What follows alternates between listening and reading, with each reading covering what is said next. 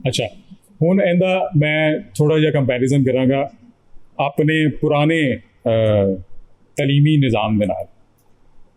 ਪੁਰਾਣੇ ਤਾਲੀਮੀ ਨਿਜ਼ਾਮ ਦੇ ਵਿੱਚ ਅਗਰ ਅਸੀਂ ਵੇਖਦੇ ਹਾਂ, ਠੀਕ ਹੈ, ਜਿਹੜਾ ਅਸੀਂ ਸਰਕਲ ਦੇ ਵਿੱਚ ਬਹਿ ਕੇ ਗੱਲਬਾਤ ਕੀਤੀ ਜਾਂਦੀ ਸੀ, ਠੀਕ ਹੈ, ਉਹਦੇ ਵਿੱਚ ਸਰਕਲ ਦੇ ਵਿੱਚ ਬਹਿ ਕੇ ਗੱਲਬਾਤ ਕੀਤੀ ਜਾਂਦੀ ਸੀ ਅਤੇ ਉਹਦੇ ਵਿੱਚ ਇਹ ਨਹੀਂ ਸੀ ਕਿ ਜਿਹੜਾ ਹੈ ਕਿ ਉਸਤਾਦ ਵੀ ਬੱਚਿਆਂ ਦੇ ਬਰਾਬਰ ਬਹਿ ਕੇ ਗੱਲ ਕਰਦਾ ਸੀ, ਠੀਕ ਹੈ, ਇੱਕ ਦਾਇਰੇ ਦੀ ਸ਼ਕਲ ਦੇ ਵਿੱਚ।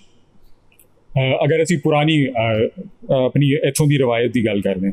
ਅੱਛਾ, ਦੂਸਰਾ ਜਿਹੜਾ ਹੈ ਉਹ ਇੱਥੋਂ ਦਾ ਜਿਹੜਾ ਤਰੀਕਾ ਤਦਰੀਸ ਸੀ ਨਾ, ਉਹ ਤੁਹਾਡੇ ਖਿਆਲ 'ਚ ਕੀ ਸੀ?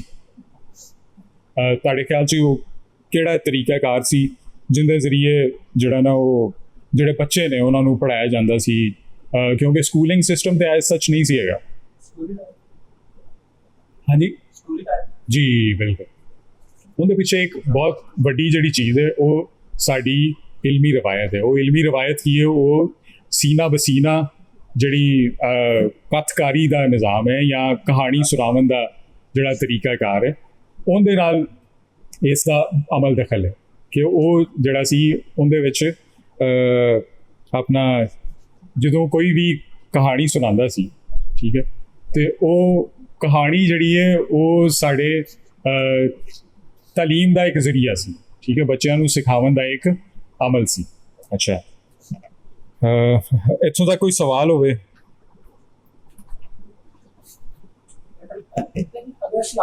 ਅੱਛਾ, ਠੀਕ ਹੈ। ਦੂਸਰੀ ਗੱਲ ਇਹ ਵੇਖੋ ਕਿ ਜਦੋਂ ਅੰਗਰੇਜ਼ ਆਇਆ ਨਾ, ਉਹਨੇ ਸਾਡੀ ਜਿਹੜਾ ਤਾਲੀਮ ਦਾ ਨਿਜ਼ਾਮ ਹੈ ਉਹਨੂੰ ਕੰਪਾਰਟਮੈਂਟਲਾਈਜ਼ ਕਰ ਦਿੱਤਾ। ਕੰਪਾਰਟਮੈਂਟਲਾਈਜ਼ ਸਮਝਦੇ ਹੋ? ਉਹਦੇ ਵੱਖਰੇ ਵੱਖਰੇ ਡਿਸਿਪਲਿਨ ਬਣਾ ਦਿੱਤੇ, ਠੀਕ ਹੈ, ਉਹਨੂੰ ਵੱਖਰਾ ਵੱਖਰਾ ਕਰ ਦਿੱਤਾ।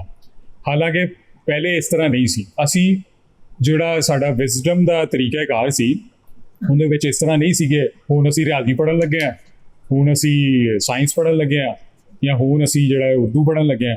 ਉਹਨੇ ਕੀ ਕੀਤਾ? ਉਹਨੇ ਵੱਖਰਿਆਂ ਵੱਖਰਿਆਂ ਕਰ ਦਿੱਤਾ, ਠੀਕ ਹੈ। ਇਹ ਇੱਕ ਸਾਦਾ ਅਮਲ ਨਹੀਂ ਹੈ, ਬਿਲਕੁਲ ਵੀ ਇੱਕ ਸਾਦਾ ਅਮਲ ਨਹੀਂ ਹੈ, ਠੀਕ ਹੈ।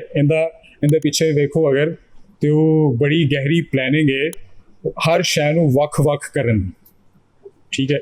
ਇਹ ਸਿਰਫ ਇਹ ਨਹੀਂ ਹੈ ਕਿ ਸਿਰਫ ਜਿਹੜਾ ਹੈ ਉਹ ਨੌਲੇਜ ਫਾਰਮ ਨੂੰ ਹੀ ਕੰਪਾਰਟਮੈਂਟਲਾਈਜ਼ ਕੀਤਾ ਗਿਆ, ਬਲਕਿ ਜਿਹੜਾ ਹੈ ਉਹ ਅਨਕੌਂਸ਼ੀਅਸਲੀ ਵੀ ਬਹੁਤ ਸਾਰੀਆਂ ਚੀਜ਼ਾਂ ਜਿਹੜੀਆਂ ਸਨ ਉਹ ਇਸ ਤਾਲੀਮੀ ਨਿਜ਼ਾਮ ਦੇ ਰਾਹੀਂ ਸਾਡੇ ਦਿਮਾਗ ਦੇ ਵਿੱਚ ਜਿਹੜੀਆਂ ਨਾ ਉਹ ਇਸ ਤਰ੍ਹਾਂ ਕੀਤੀਆਂ ਜਾ ਰਹੀਆਂ ਸਨ।